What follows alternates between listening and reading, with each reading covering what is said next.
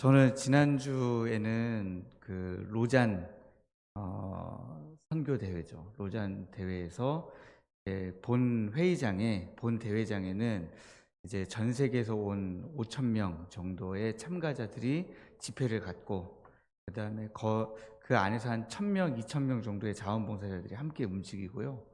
저는 이제 그 대회장에서 차로 한 10분 정도 거리에 인천 온누리 교회가 있어요. 통합집회. 그 인천 온누리 교회에서 매일마다 한 1,000명 정도 되는 중보 기도자들과 함께 중보 기도를 아침부터 저녁까지, 아침에 8시 반에 시작하면 저녁 8시 반에 끝나는 그런 일정으로 이제 같이 기도를 하고 왔어요. 그래서 목소리가 지금 이렇게 되게 영적으로 들리실 겁니다. 어, 이런 목소리로 설교하더라도 좀 잘 같이 하나님의 은혜를 우리가 나눌 수 있기를 원합니다. 마크 트웨인이라고 하는 사람이 있는데요. 이 마크 트웨인이라는 사람은 아마 잘 모르실 겁니다. 저도 이 사람이 쓴 책이 뭔지를 보기 전까지는 누군지 잘 몰랐습니다. 이 마크 트웨인이 소설을 2개 썼는데, 하나의 소설 이름은 톰 소여의 모험. 이렇게 하니까 좀 아시겠죠. 또 하나는 허클베리 핀의 모험. 예, 이러면 이제 아시겠죠.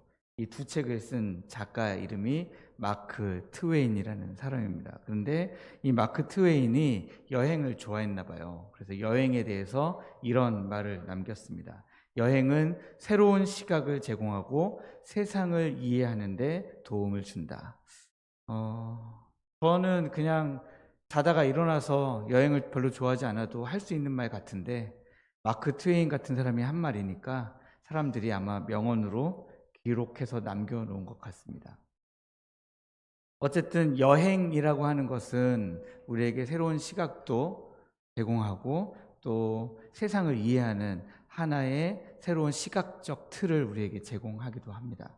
그런데 이 여행이라고 하는 것이 단순히 우리가 차를 타고 비행기를 타고 기차를 타고 가는 여행뿐만 아니라, 때로는 우리의 인생길이 여행이다라고 우리가 그렇게 비유하기도 하잖아요.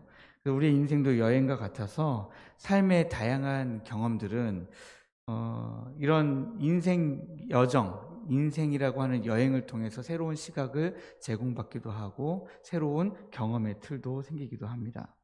그런데 믿음 없이 걸어가는 인생길도 그럴진데, 하나님과 함께하는 여행길은 굉장히 역동적이고 그 안에서 우리가 더 많은 것들을 얻을 수 있다라고 하는 겁니다. 하나님과 동행하지 않았던 사람들도 인생을 다 여행하고 난 다음에 여러 가지 유명한 말들을 많이 남깁니다. 혹은 그런 경험들이 녹아져서 속담으로 나오기도 하고 사자성어로 나오기도 하고 고사성어로 나오기도 합니다.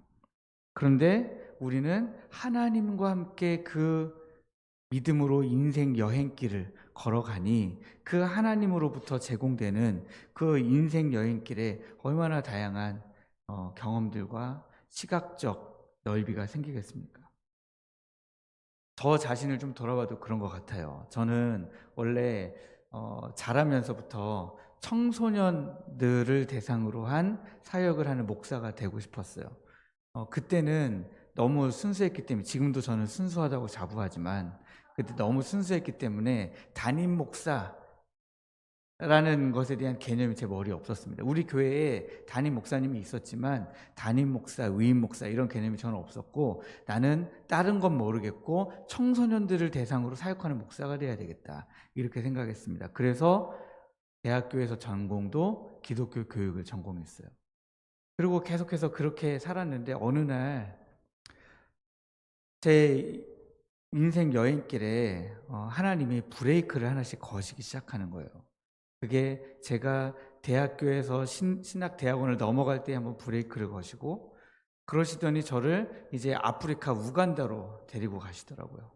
아프리카 우간다라고 하는 아주 생소한 곳에서 1년을 있었습니다. 1년을 있으면서 또 저는 어떤 생각을 했냐면, 여기에서는 내가 그동안 열심히 공부해왔던 영어를 시험해보고 그냥 선교사님 돕고 돌아가는 자리지 선교를 하겠다는 생각이 없었습니다. 그런데 하나님은 온갖 병을 저에게 계속해서 보내시는 거예요. 처음에는 담이 왔어요. 저는 그전까지 담이라는 것을 경험해 본 적이 없습니다. 근데 담이 왔는데 제가 숨도 못 쉬겠더라고요. 숨도 못 쉬고 웃지도 못하고 말도 못하고 그냥 뭐만 했다면 막 아프고, 그게 끝나고 나니까요 종기가 오더라고요. 종기도 처음 경험해 보는 거였습니다. 근데 아프리카 우간다에서도 저는 수도에 있었던 게 아니라 차로 1시간을 가야 되는 시골에 있었거든요. 시골에 있는데 약이 없잖아요. 더군다나 아프리카 우간다에서 종기약을 어디 가서 구합니까? 그러니까 문구용 칼을 라이터로 지져가지고 제 손으로 제 다리에 종기가 났는데 제가 이렇게 긁어냈어요. 그래서 그 흉터가 아직도 있습니다. 그게 종기가 한 군데가 나가지고 막 긁어냈는데 또 조금 있으니까 오른쪽 다리로 옮겨가더라고요. 또 칼로 긁어냈습니다. 이게 좀 낫고 나니까요, 그 다음에 또 뭐가 아프고, 그리고 나서 하나님이 말라리아를 주시더라고요. 말라리아 걸리면 어떻게 되냐면 낮에는 미열이 있어요. 그래서 좀 이렇게 사람이 미열이니까 막 활동적이지 못해도 그냥 이렇게 뭘 먹을 수도 있고 합니다. 그런데 저녁이 되면 고열이 올라와요. 그래서 낮에 먹은 걸 다 토합니다. 그러니까 낮에 안 먹게 돼요. 밤에 토할 걸 아니까. 그러면 이제 그때부터 악순환이 반복되는 거고, 그때 제가 느꼈던 것은 침대가 반으로 접어지는 느낌이었어요. 제 허리가 막 땅바닥에 꺼지는 것 같고, 그래서 선교사님께 부탁을 해가지고 침대 매트리스도 새로 바꾸고 했는데도 제 허리는 계속 반으로 접어지는 것 같은 그런 고통이었고, 어느 날 밤에 하나님이 저를 부르시는 것 같았습니다. 이제는 이제 곧 죽을 것 같다라는 생각이 들었을 때 하나님 저를 부르시더라고요. 그래서 제가 하나님께 응답을 드렸습니다. 하나님, 만약에 하나님 저를 지금 부르시면 제가 선교사가 되겠습니다. 그랬더니 이게 나을 때가 돼서 그랬는지는 모르겠지만 그 다음날 아침에 병이 다 나았어요. 좀 약간 아직도 약간 억울하다는 감정이 제 안에 좀 있긴 있습니다. 아, 하루만 더 버텨볼 걸. 네. 근데 어쨌거나 그 다음날 나았어요. 낫고 나서 낫자마자 제가 성경을 읽기 시작했는데 시편부터 읽기 시작했는데 시편 2편 7절부터 9절 말씀에 하나님이 저를 하나님의 선교사로 부르신다는 확신의 말씀을 주시더라고요. 그래서 아, 하나님 나를 진짜로 선교사로 부르셨구나 라고 생각하고 한국에 조금 있다가 한국에 돌아왔습니다. 그러면 이제 여러분들 생각할 때는 어떻게 돼야 될 것 같습니까? 바로 선교사가 돼야죠. 그런데 여전히 제 앞에 걸려있는 브레이크가 해제가 안 되는 거예요. 그래서 다시 이 선교사가 되기 위한 과정을 진행할 수가 없었습니다. 그러고 나서 간신히 브레이크가 해제가 되고 그 다음에 다시 신학대원에 들어가고, 그리고 나서 이제 제 아내랑 결혼하고, 그러면서 이제 바로 그러면 어느 교회인가 또 이 선교사 후보생으로 들어가야 되잖아요. 근데 저를 선교사로 불러주는 교회가 아무 데도 없는 거예요. 그렇게 신학대학원을 졸업하고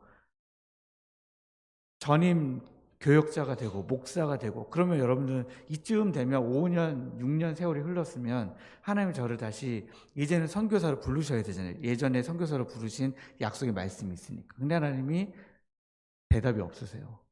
그래서 저랑 제 아내가 이제 하나님이 그때 나를 선교사로 부르신 것은 내가 잘못 들었나 보다, 이제 목사로 열심히 살자라고 할 때에 하나님이 선교사로 부르셨습니다. 그래서 선교사가 돼서 지금까지 오게 된 거죠. 오면서 제가 무엇을 알게 되었을까요? 다시 선교사로 부르실 때도 저에게 예레미야 1장 5절의 말씀으로 저를 부르셨습니다. 내가 너를 여러 나라의 선지자로 불렀노라. 그 말씀을 붙들고 나아갔을 때 저에게 처음부터 그때까지도 여러 어려움들이 있었어요. 선교사로서도 어려움들이 있었고, 그런데 말씀을 붙들고 나아가다 보니까 하나님의 말씀으로 인도하신다는 확신이 제 안에 있고, 그 말씀을 가지고 하나님과 여행하는 길이다 보니까 여러 어려움들이, 신변의 위협도 오고 재정적인 어려움도 생기고 여러 저희 자녀들에 대한 어려움도 생기고 여러 어려움들이 생겼지만 그 길을 갈 수가 있더라고요. 이처럼 하나님과 동행하는 여행길, 우리의 여행길은 세상 사람들이 가는 인생 여정길과는 다른 특별함이 있습니다. 우리에게는 안전장치가 있어요. 그런데 그 안전장치가 때로는 우리를 좀 어렵게 할 때가 있습니다.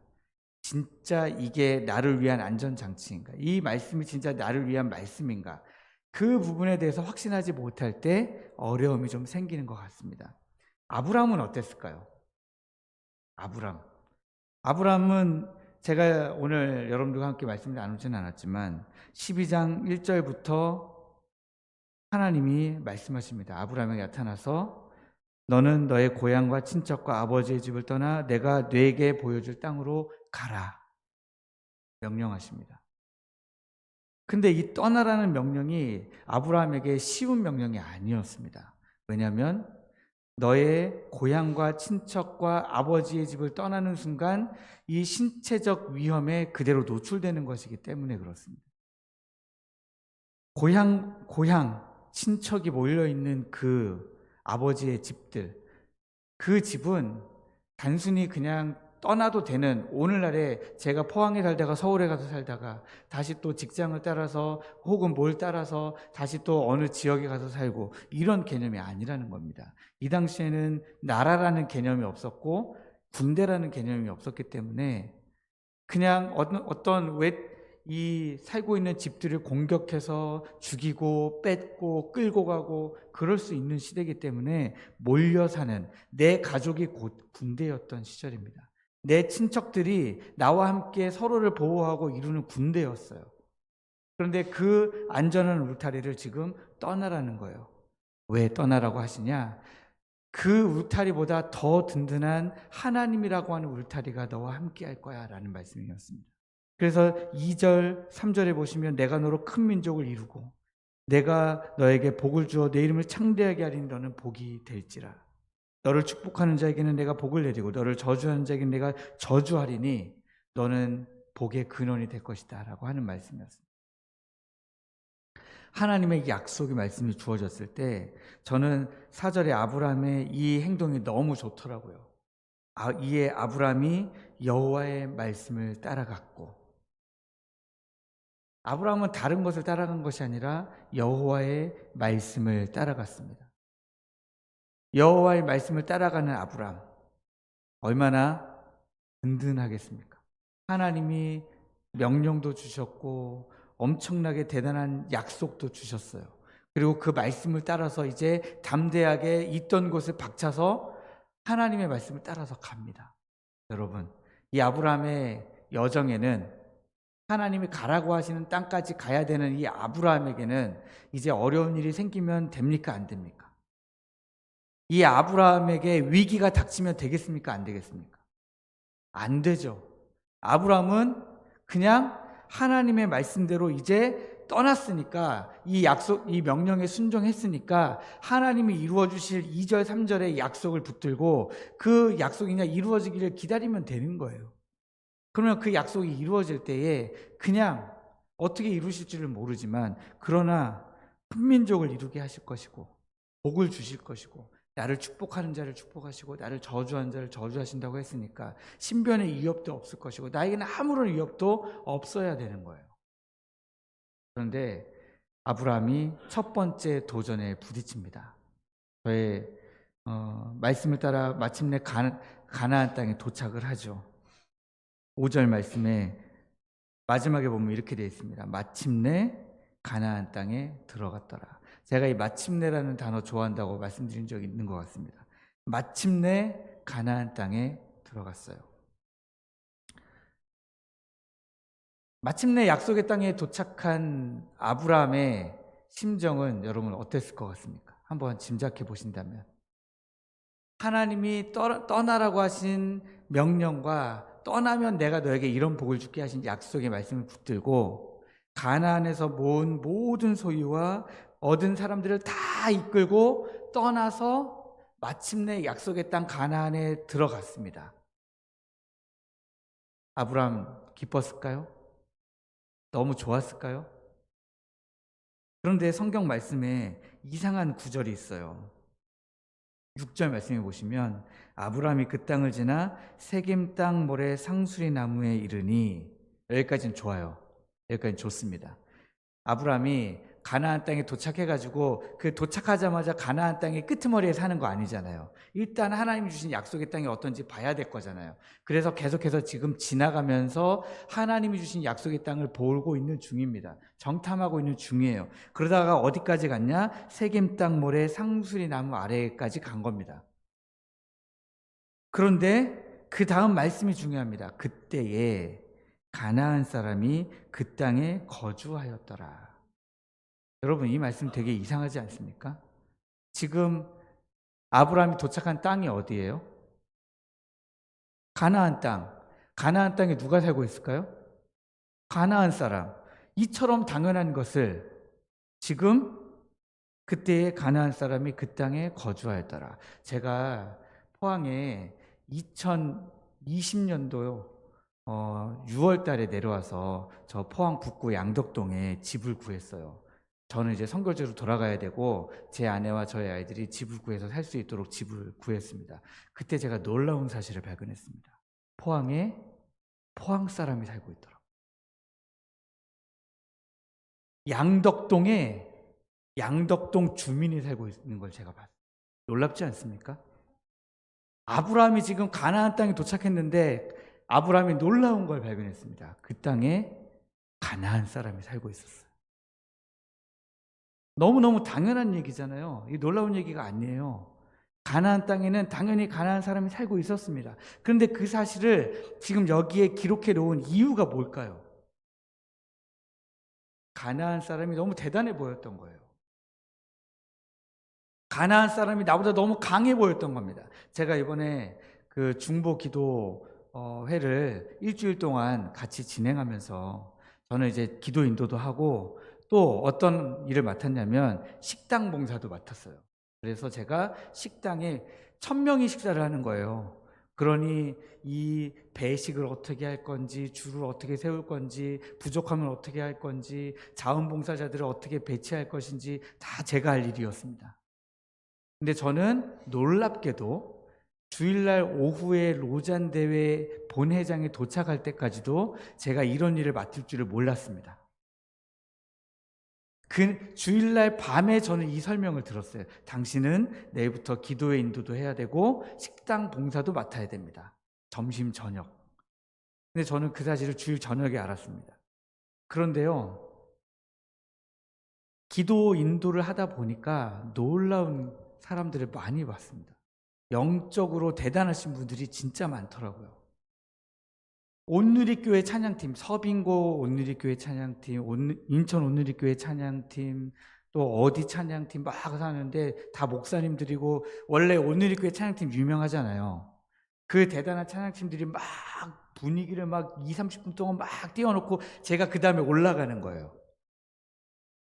그 찬양 인도자들도 목사님이에요. 그분들이 그냥 기도 인도하셔도 되는데 굳이 제가 올라온 거예요. 그러면 여러분, 제가 기가 죽었을까요? 안 죽었을까요? 진짜 기가 죽더라고요. 지금 그 대단하신 분들이 정말 대단하게 보이더라고요.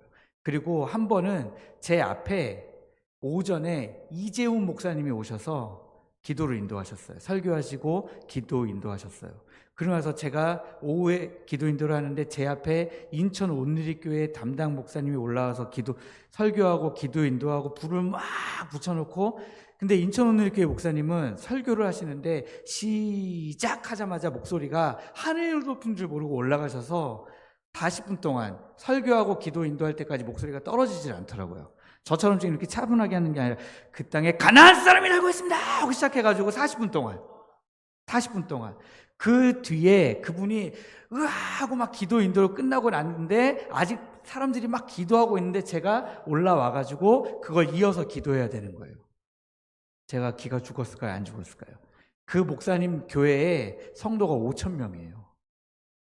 그분은 늘 자기가 하던 자리에서 1,000명을 대상으로 한 것이지만 저는 이제 올라와가지고 올라가면서 제가 그랬습니다. 속으로 죽었다 이제.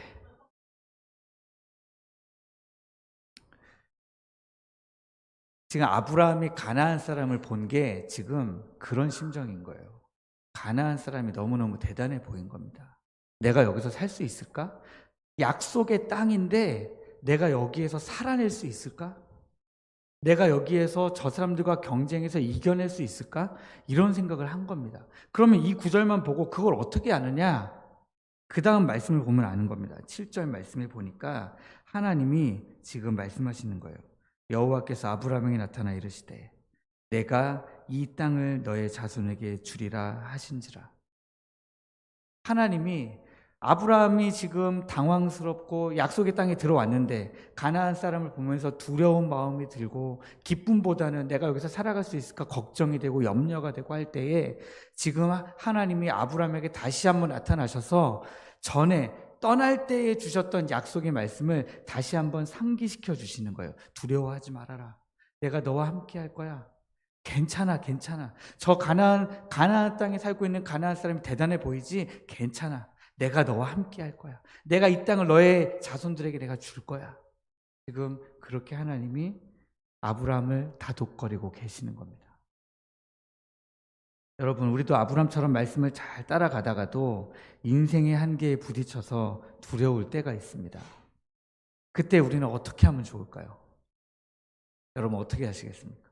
잘 따라가다가 인생의 한계에 부딪힐 때 말씀을 따라가는 것은 탄탄대로 부귀영화의 길이 아닙니다.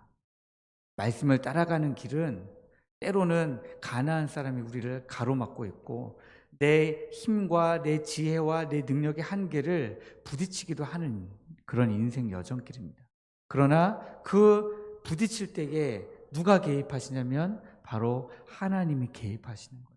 그게 하나님과 함께 가는 우리의 믿음의 여정이라는 것입니다. 가나안 사람들을 만났다고 해서 무언가 잘못됐다는 두려움에 사로잡히지 마십시오. 가라 명령하시고 복 주시겠다 약속하신 하나님이 반드시 은혜를 주십니다. 때로는 예전에 제가 청년부 사역을 하다 보면 청년들이 그런 고민들을 참 많이 해요. A라는 회사와 B라는 회사가 있고 이 A라는 회사가 하나님이 원하시는 것은 A 회사인지 B 회사인지 잘 모르겠습니다. 그때 제가 그렇게 이야기합니다. A를 가도 되고 B를 가도 돼.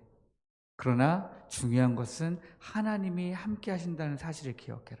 A라는 회사를 간다고 해서 어려움이 없는 게 아니고 B라는 회사를 간다고 해서 좋은 일만 있는 것이 아니다. 어디를 가도 어려움이 있고 좋은 일이 있다. 그러나 중요한 것은 그 한계에 부딪힐 때마다 하나님이 우리와 함께 하신다는 사실을 기억하면 좋겠다. 한계에 부딪혔다고 해서 A라는 회사에 갔었어야 되는데 내가 괜히 B를 선택해갖고 하나님은 A라는 회사를 가라고 계속 신호를 주셨는데도 불구하고 나는 왜 B로 왔을까? 아이고 이 바보. 이게 아니라는 것입니다. 하나님은 언제나 우리와 동행하십니다.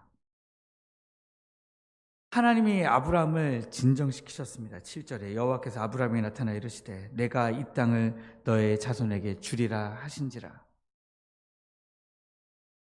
신명기 3장 22절 말씀을 보면 하나님이 이렇게 말씀하십니다. 너희는 그들을 두려워하지 말라. 지금 똑같이 이스라엘 백성도 가나안 땅을 40년 헤매고 나서 이제 약속의 땅 가나안 요단강 건너편에 지금 서 있는 상황이에요. 그런 서 있는 상황에 있는 똑같은 입장에 있는 이스라엘 백성들에게 하나님이 이렇게 말씀하십니다. 너희는 그들을 두려워하지 말라. 너희 하나님 여호와께서 친히 너희를 위하여 싸우시리라.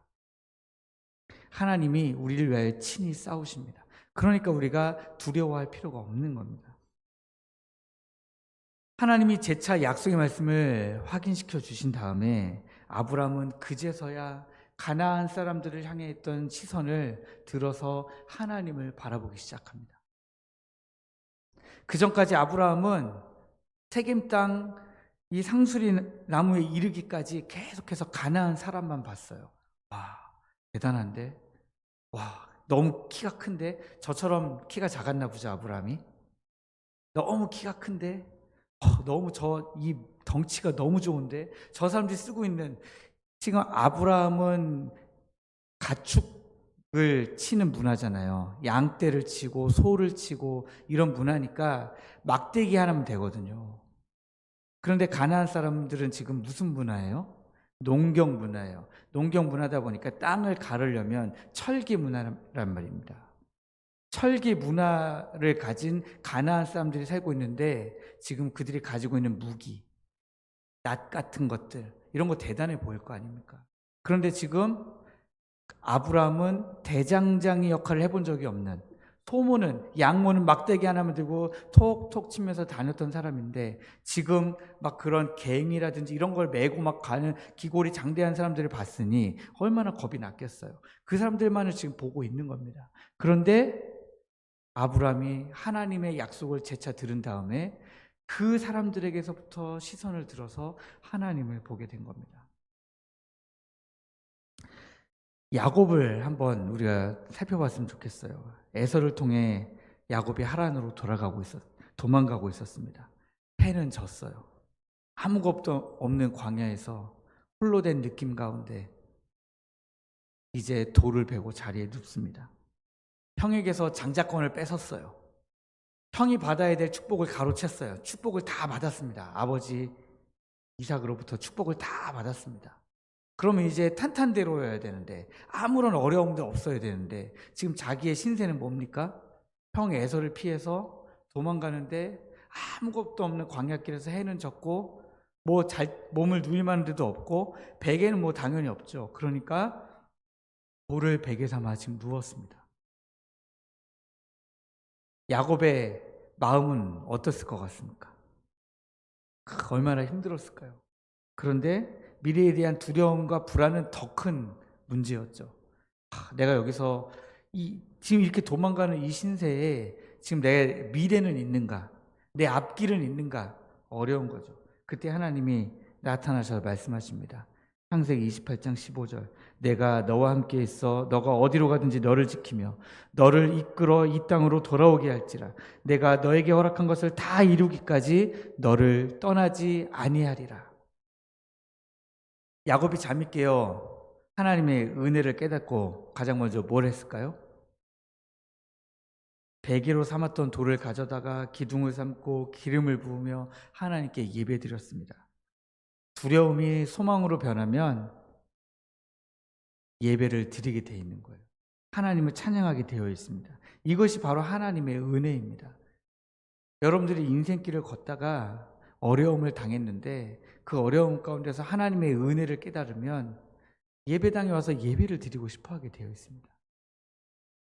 그런데 예배가 지겹고 예배가 그냥 매주마다 똑같은 순서 같고 예배에 은혜가 없고 감격이 없고 이 자리를 사모하지 않는다? 그러면 여러분 내 삶에 지금 하나님의 은혜를 내가 깨닫지 못하고 있음을 깨닫고 기도하셔야 됩니다. 하나님, 내가 하나님의 은혜를 다시 한번 은혜에 젖기를 원합니다.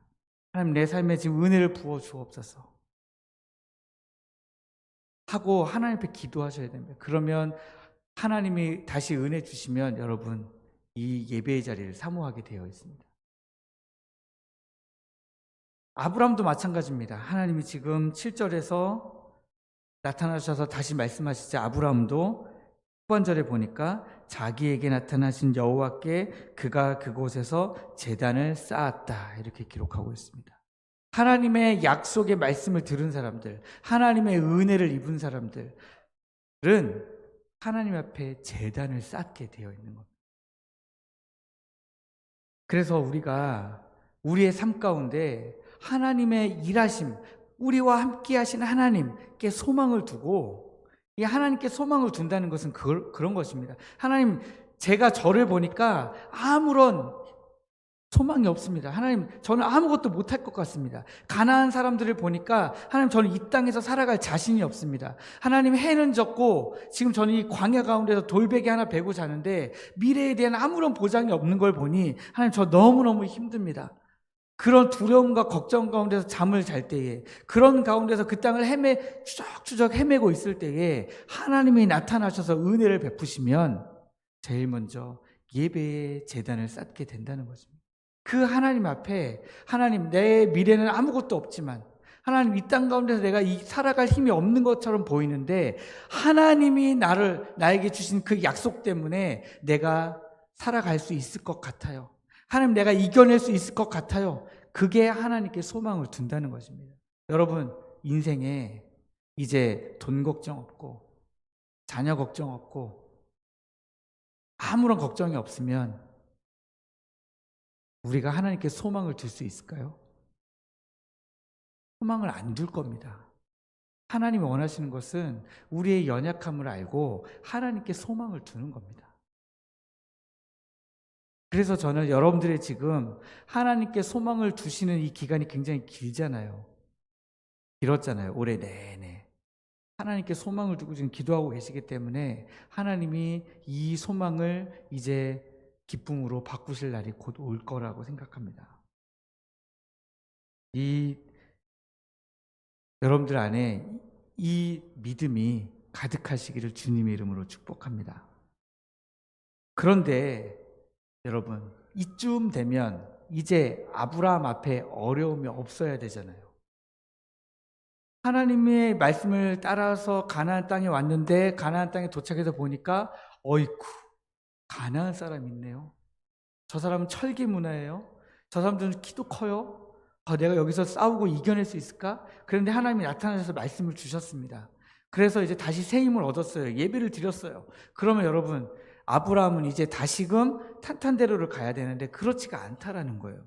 8절, 9절 보시면 이렇게 되어 있습니다. 거기서 베델 동쪽 산으로 옮겨 장막을 치니 서쪽은 베델이요 동쪽은 아이라. 그가 그곳에서 여호와께 제단을 쌓고 여호와 이름을 불렀습니다. 그러면서 점점 남방으로 옮겨갔어요. 여기까지는 가나안 땅에 지금 북쪽에서부터 하란은 가나안 땅의 북쪽에 있거든요. 북쪽에서부터 하나님의 말씀을 따라 내려와서 가나안 땅에 도착한 다음에 가나안 땅이 남쪽 끝까지 내려간 겁니다. 남쪽 끝에는 네겝이라고 하는 광야 땅이 있거든요. 그리고 그 땅을 조금만 가면 에돔 땅이에요. 거기까지 계속해서 아브라함이 한번 하나님의 이름을 부르면서 그 땅을 정탐하는 거예요. 여기까지는 우리가 이해가 됩니다. 그런데 10절에 보니까 시작이 이렇습니다. 그 땅에 뭐가 들었다고요? 기근이 들었대요. 아니, 하나님이 약속하신 땅인데 기근이 왜 듭니까? 하나님이 지금 가라고 해서 온 땅인데 기근이 들면 어떡하자는 얘기예요. 그래서 제가 이 구절로 예전에 했던 설교 제목은 이런 제목이었어요. 약속의 땅에도 기근은 있다. 근데 제가 요즘에 이 말씀을 다시 한번 해석하면서 제목을 바꿨잖아요. 믿음의 길에 함께 하시는 하나님의 은혜. 지금 아브라함은 믿음의 길을 계속해서 걸어가고 있습니다. 믿음의 길을 걸어가는데 지금 만난 게 뭐냐면 기근이에요. 기근을 만났는데 기근이 들었으므로 아브라함이 어디로 가게 됩니까? 애굽에 거류하려고 내려갑니다. 지금 지도적으로 보면 가나안 땅의 북쪽에 도착해서, 그러니까 그 갈릴리 호수보다도 더 위쪽이죠. 위쪽에 도착해서 그 땅에 쭉 내려오다가 마지막에 네겝 땅을 만났는데 네겝이라고 하는 광야를 만나서 기근을 경험한 겁니다. 그리고 나서 거기서 이제 다시 서쪽으로 가면 애굽 땅이 있어요. 그러니까 네겝이라고 하는 광야에서 이제 서쪽으로 옮겨가지고 애굽 땅으로 지금 간 겁니다. 뭘 피해서? 먹고 살기 위해서, 기근을 피해서 이제 애굽으로 간 겁니다. 그럼 여러분, 일반적으로 예레미야서도 그렇고 이사야서도 그렇죠. 하나님이 뭐라고 말씀하십니까? 이스라엘 백성들에게 애굽으로 도움을 청하러 애굽에 내려가지 말아라 말씀하시죠. 근데 지금 아브라함은 어디로 갔어요? 애굽으로 갔어요. 그러면 그 구절과 이 구절을 그냥 이어가지고 별다른 해석 없이 아브라함이 애굽으로 내려갔기 때문에 자기 아내를 결국에는 아내라고 부르지 못하고 누이라고 불러서 뺏기게 되는 일을 경험하게 된 것이다. 그러니까 애굽에 애초에 갔으면 안 된다라고 우리가 해석하시는 설교를 많이 들어보셨을 겁니다. 그런데 여기에는 중요한 한 가지가 빠져 있습니다. 뭐가 빠져 있냐면 하나님이 아브라함을 책망하시는 장면이 없다는 거예요. 아브라함이 애굽의 기근을 피해서 애굽에 간 것 때문에 하나님이 아브라함을 꾸짖으시는 장면이 전혀 없습니다. 그러면 하나님은 왜 약속의 땅에 살고 있는 아브라함에게 기근을 보내시고 굳이 애굽으로 밀어내신 거예요? 이거는 아브라함이 살기 위해서 자기 살 길을 찾아간 게 아니라요. 하나님이 아브라함을 애굽으로 밀어내신 거예요. 보내신 겁니다. 보내셔서 왜 굳이 아내 사례를 뺏기게 되는 이런 일을 경험하게 하시냐는 겁니다. 그런데 아브라함이 그렇게 갔을 때에 결과를 보면 왜 그렇게 하셨는지를 우리가 알 수 있다는 겁니다. 뭐냐면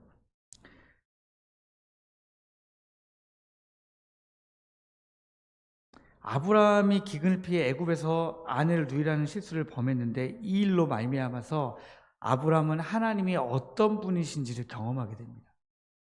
애굽 왕 바로를 꾸짖으셔가지고 밤에 나타나서 꾸짖으셔가지고 애굽 왕 바로가 아내 사례를 다시 돌려주잖아요.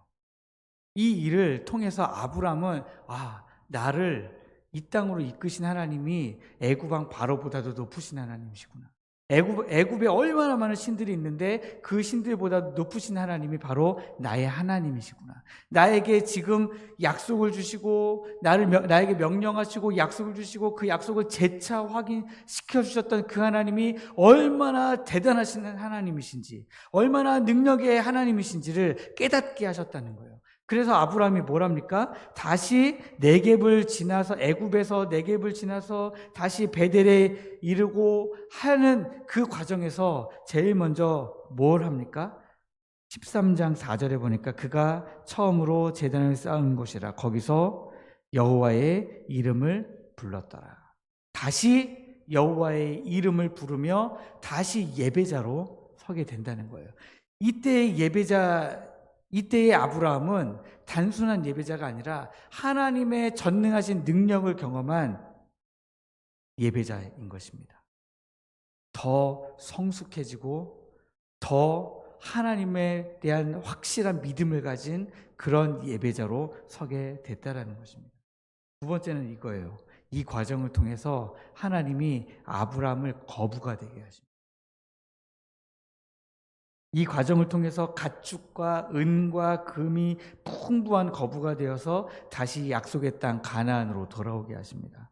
여기 보면 13장 1절 2절에 보면 이렇게 나와 있습니다. 아브라함이 애굽에서 그와 그의 아내와 모든 소유와 롯과 함께 네겝으로 올라가니 아브라함에게 가축과 은과 금이 풍부하였더라. 이걸 위해서 하나님이 지금 계속해서 아브라함에게 이런 어려움들을 겪게 하셨다라고 하는 것입니다. 여러분, 우리도 인생의 기근을 만날 때가 있습니다. 그때마다 여러분 아브라함의 이 기근을 기억하시면 좋겠습니다. 기근을 통해 아브라함에게 주신 하나님의 은혜가 있습니다. 아브라함이 단순히 그냥 하나님께서 그 곤란함과 어려움 가운데 그냥 던져두신 것이 아니라 그 던져두신 이유가 있습니다. 하나님은 우리 인생의 기근을 통해 우리의 믿음을 더욱더 성숙하게 하시고 더 전능하신 하나님을 경험하게 하시고 하나님의 은혜를 더욱더 풍성하게 부어주십니다. 그러니 여러분, 하나님이 기근을 주셨을 때에 기근을 만났던 아브라함을 기억하시면서 이 기근을 나에게 주신 하나님, 나에게 가나안 사람들을 맞닥뜨리게 하신 하나님, 그 하나님을 여러분들이 기억하시면 좋겠습니다. 이제 말씀을 마치겠습니다. 말씀을 따라가는 길에는 기쁨과 은혜와 감사만 있는 것이 아닙니다. 가나안 사람으로 인해 때론 두렵고 때로 긴장해야 되는 여정입니다. 그때마다 하나님은 우리의 마음을 만지시며 말씀하십니다. 하지만 아쉽게도 약속의 땅에서 예배를 드려도 우리에게는 하나님이 허락하신 기근이 있을 수 있습니다. 그런데 하나님은 그 기근을 통해서도 우리의 믿음을 성숙하게 하시고 하나님의 은혜를 더 풍성하게 부어주십니다. 제 아내와 제가 요즘에 서로 하는 농담이 있거든요. 그 개그맨이 나와서 한 농담인데 아쉽게도 그런데 다행히도 이거거든요. 저희의 삶에 아쉽게도 가난한 사람이 있고 아쉽게도 기근이 있는데 다행히도 하나님의 은혜가 있는 거죠. 믿음의 길을 이끄시는 하나님의 은혜, 이게 오늘 제목인데요. 믿음의 길을 이끄신 하나님의 은혜가 있음을 여러분들 기억하십시오. 그래서 담대한 신앙으로 살아가시면 좋겠습니다. 우리 인생은 어려움이 하나도 없는 인생을 살아갈 수 있는 사람이 아무도 없습니다. 가난한 사람도 만나고 기근도 당연히 만나게 되어 있습니다. 그럴 때 우리에게 요구되는 것은 하나님에 대한 담대한 믿음으로 말미암은 신앙생활입니다. 뭐 좀 어려움 있으면 예배부터 끊고, 뭐 좀 재정적으로 어려움 있으면 헌금부터 끊고, 뭐 좀 어려움 있으면 전도 안 해버리고, 그런 게 아니라는 거예요. 여러분들이 하시던 예배를 끊으시는 이유, 여러분들이 하시던 신앙생활이 멈춰지는 이유는 하나님에 대한 믿음이 없기 때문이에요. 여러분들과 함께 동행하시는, 여러분들을 이끄시는 하나님의 은혜에 대한 믿음이 없기 때문이에요. 그러니 여러분들, 제가 방금 말씀드렸지만 뭐 좀 하면 예배부터 끊고 헌금부터 끊고 뭐부터 끊고 봉사부터 끊고 그러시면 안 된다는 겁니다. 우리가 이제 기도했으면 좋겠습니다. 잠깐 기도하실 때에 제가 두 가지 기도 제목을 드리겠습니다. 하나는 하나님을 허락하여 주옵소서. 우리의 삶에서 가나안 사람들과 같은 도전과 어려움을 만날 때에 하나님의 약속을 굳게 붙들 수 있는 믿음을 허락하여 주옵소서. 두 번째는 하나님은 어떤 어려움 속에서도 하나님의 은혜를 발견하는 지혜를 주옵소서. 우리의 삶에 기근과 같은 고난의 시기가 찾아올 때 그 속에서 역사하시는 하나님의 섭리를 깨달을 수 있는 영적 통찰력을 하나님 허락하여 주옵소서. 우리가 이 두 가지 기도 제목을 가지고 하나님 앞에 잠시 기도하도록 하겠습니다. 하나님 아버지 주님 은혜를 감사합니다. 아버지 하나님이여 주님, 우리의 삶에 하나님 가나안 사람들과 같은 도전과 어려움들을 우리가 만나게 됩니다. 아버지 하나님이여 가나안 사람들처럼 우리보다 기골이 장대하고 우리보다 좋은 무기를 쓰고 있고 우리보다 좋은 도구를 쓰고 있고 우리보다 더 잘난 것 같고 내가 이길 수 없을 것 같고 아버지 하나님이여 내가 그들에게 압살당할 것 같은 아버지 하나님이여 그런 도전과 어려움들 한계들을 우리가 직면하게 될 때에 아버지 하나님, 하나님의 약속을 굳게 믿들고 하나님의 약속에 대한 믿음을 가지고 아버지 하나님 그 어려움들을 이기고 그 한계들을 극복해 나가는 하나님 그런 믿음을, 그런 은혜를 저희들에게 허락하여 주옵소서. 아버지 하나님, 우리를 어렵고 힘들게 하는 그런 어려움들 가운데서 우리의 시선을 들어 하나님을 바라볼 수 있도록 주여 인도하여 주옵소서. 아버지 하나님, 우리의 삶의 기근과 같은 고난과 어려움이 찾아옵니다. 아버지 하나님이여, 그럼에도 불구하고 그 기근을 주신 하나님의 은혜, 그 기근을 주신 하나님의 섭리를 깨달을 수 있도록 주여 역사하여 주옵소서. 아버지 하나님이여, 그 하나님의 놀라우신 은혜의 과정들을 깨닫는 영적 통찰력을 하나님 우리에게 허락하여 주옵소서.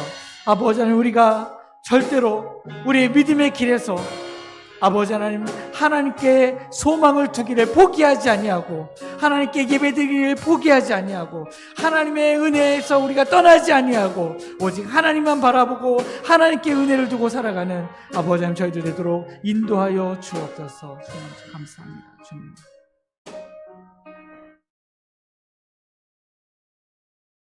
사랑과 은혜가 풍성하신 우리 하나님 아버지, 우리 믿음의 여정을 인도하시는 주님께 감사, 찬양, 영광 올려드립니다.